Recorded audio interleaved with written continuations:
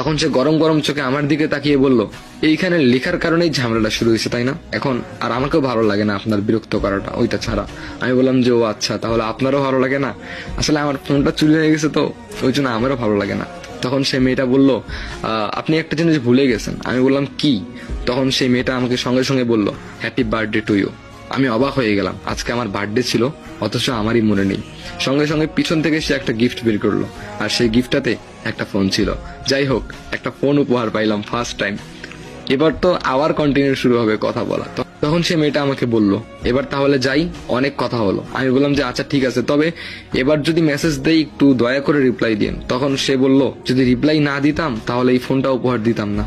তারপরে সে টেরা চোখে তাকায়া মুচকি হাসি দিয়ে চলে গেল। আমিও একদম গুলগুলে হয়ে গেলাম। তারপরে কি হলো জানেন?